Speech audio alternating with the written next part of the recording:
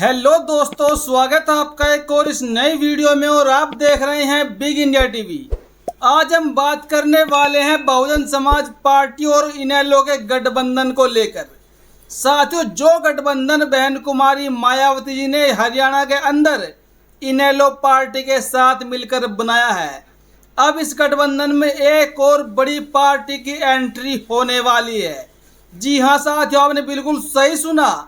इनेलो वाले और बसपा वाले गठबंधन में एक और नई पार्टी की एंट्री होने वाली है और वर्तमान में वो पार्टी बीजेपी के साथ गठबंधन में है। इसके साथ जो खबरें आ चुकी हैं, सूत्र बता रहे हैं कि आने वाला समय बहुत ही सुनहरा होने वाला है और हरियाणा के अंदर बहुजन समाज पार्टी वाले गठबंधन यानी कि तीसरे मोर्चे की सरकार बनने वाली है।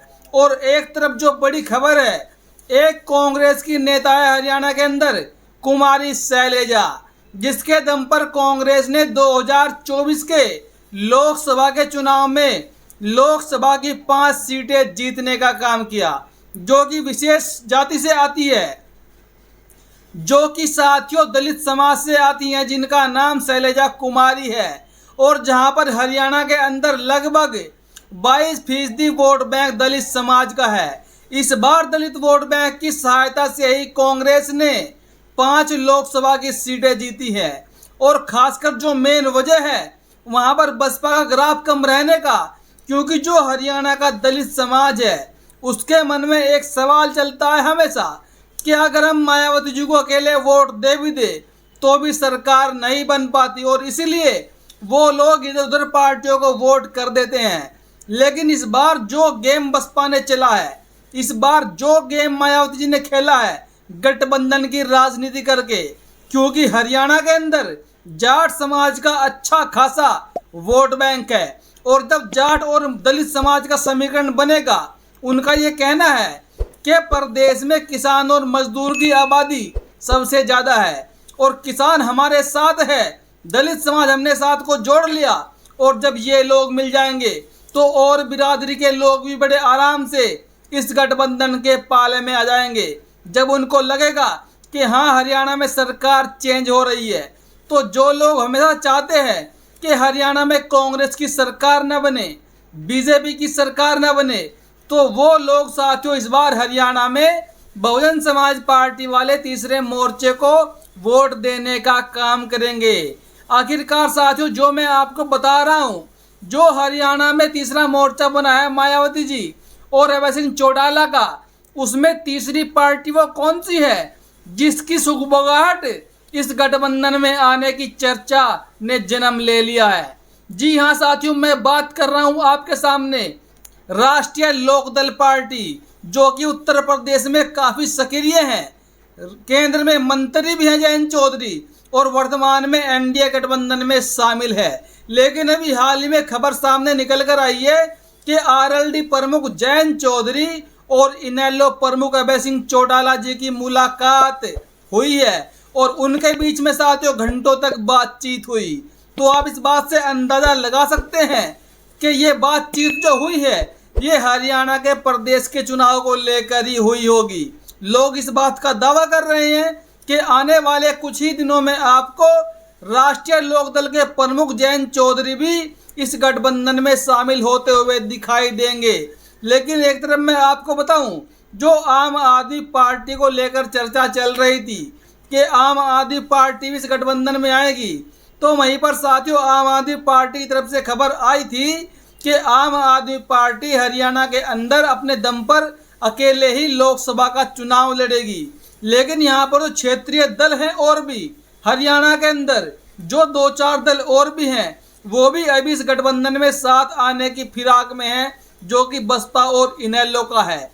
अब साथियों मैं आपको बताने वाला हूं वर्तमान में जो कांग्रेस के दलित नेता हैं हरियाणा के अंदर, जिन्होंने बढ़ चढ़कर दलित समाज में सर्वे किया और उनका वोट 2024 के लोकसभा चुनाव में कांग्रेस को दिलवाने का काम किया, उसमें सबसे ऊपर शैलजा कुमारी है। यहाँ पर अब लोग बता रहे हैं कि शैलजा कुमारी ने कांग्रेस के लिए जी तोड़ मेहनत की। अगर देखा जाए तो कांग्रेस को शैलजा कुमारी को ही सीएम का चेहरा बनाना चाहिए था, यानी कि जो सीएम फेस इस विधानसभा के चुनाव में रखा गया है उसके हिसाब से शैलजा कुमारी को ही सीएम का फेस होना चाहिए था।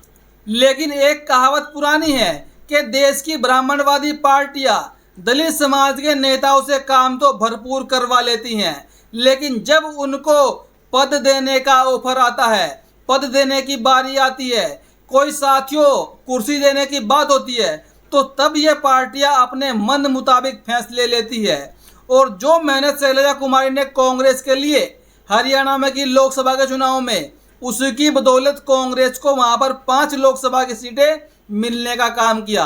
वरना 2019 के लोकसभा चुनाव में बीजेपी को वहां पर हरियाणा में 10 की 10 लोकसभा की सीटें मिली थी। लेकिन जो काम शैलजा कुमारी ने कांग्रेस के लिए किया, और वहां पर कांग्रेस का सीएम पद का चेहरा मेरे ख्याल से 100% भूपेंद्र सिंह हुड्डा को बनाया जा रहा है कांग्रेस की तरफ से।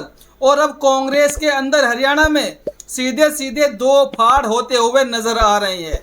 एक तो शैलजा कुमारी, जिनके साथ में रणजीत सिंह सुरजेवाला भी साथ में परमानेंट खड़े रहते हैं, उन्होंने अपना एक बड़ा बड़ा बैनर बना रखा है।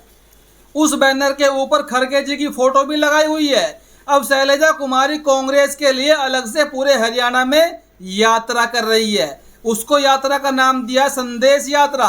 और एक तरफ कांग्रेस के ही नेता भूपेंद्र सिंह हुड्डा वो हरियाणा में अपनी अलग यात्रा कर रहे हैं। इन दोनों नेताओं के बीच हरियाणा के अंदर कांग्रेस में 36 का आंकड़ा है। लेकिन अगर कांग्रेस इस बार शैलजा कुमारी को सीएम पद का चेहरा नहीं बनाती है, तो शैलजा कुमारी की तरफ से संकेत दिए गए हैं कि शायद वो भी बसपा वाले अलायंस में एंट्री कर डालेगी और कांग्रेस से बगावत कर डालेगी।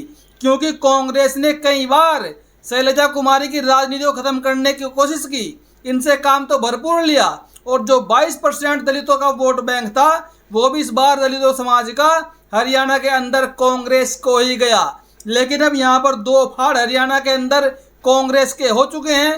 एक तरफ भूपेंद्र सिंह हुड्डा और एक तरफ शैलजा कुमारी और उनके साथ में रणदीप सिंह सुरजेवाला। ये वर्तमान की सबसे बड़ी खबर है साथियों। और जो मैंने बसपा और इनेलो के गठबंधन को लेकर आपको खबर दी कि इस गठबंधन में एक और बड़ी पार्टी की एंट्री होने वाली है, जिसका नाम राष्ट्रीय लोकदल पार्टी है, जो कि जयंत चौधरी की पार्टी है। एक खबर को पढ़िए, आरएलडी के जयंत चौधरी और इनेलो के अभय चौटाला ने हाल ही में मुलाकात की है।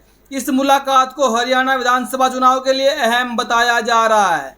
जयंत भाजपा के साथ गठबंधन में और इनेलो बीएसपी के साथ गठबंधन में है। तो ऐसे में साथियों, जब अभय सिंह चौटाला बसपा के साथ गठबंधन में है, तो जयंत चौधरी ने उनसे मुलाकात क्यों की होगी, जबकि हरियाणा का चुनाव सर पे है।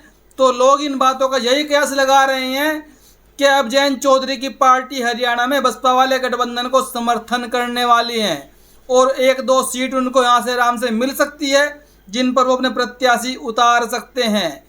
और एक तरफ बड़ी खबर बीजेपी को लेकर आ रही है। गौरव कुमार ने लिखा है, उप मुख्यमंत्री केशव प्रसाद मौर्य ने बगावत के सुर बुलंद कर दिए हैं। योगी के दिल्ली जाते हुए केशव विधायकों से मिल रहे हैं। हाल ही में केशव ने साफ कह दिया कि 2027 में सपा को सिर्फ 2017 के फॉर्मूले पर ही हराया जा सकता है। 2017 के चुनाव से पहले केशव भाजपा का पिछड़ा मुख्यमंत्री चेहरा माने जाते हैं। अब देखना यह है कि केशव प्रसाद मौर्य के दिल्ली वाले बॉस योगी को कुर्सी से उतार पाते हैं या नहीं। साथियों, अभी हाल ही में योगी महाराज दिल्ली पहुंचे अमित शाह और मोदी और नड्डा से मिलने, और ऐसे में केशव प्रसाद मौर्य ने उत्तर प्रदेश में तमाम विधायकों से मिलना शुरू कर दिया। आपने भी हाल ही में देखा कितनी खींचतान बीजेपी के अंदर देखी गई। जहां योगी महाराज ने अपनी एक मीटिंग आजमगढ़ में बुलाई, तो वहीं पर उनकी मीटिंग के अंदर ओम प्रकाश राजभर नहीं पहुंचे, उसके अलबत्ता वो पहुंच गए केशव प्रसाद मौर्य के निवास पर। और अभी हाल ही में केशव प्रसाद मौर्य ने दारा सिंह चौहान से भी मुलाकात की, संजय सिंह निषाद से भी मुलाकात की। अब ऐसे में ये कयास पूरे लगाए जा रहे हैं कि आने वाले कुछ ही दिनों में केशव प्रसाद मौर्य बहुत बड़ा खेला उत्तर प्रदेश में कर सकते हैं। साथियों, वर्तमान की सबसे बड़ी खबर है। अभी के लिए इतना ही। जय भारत, जय संविधान।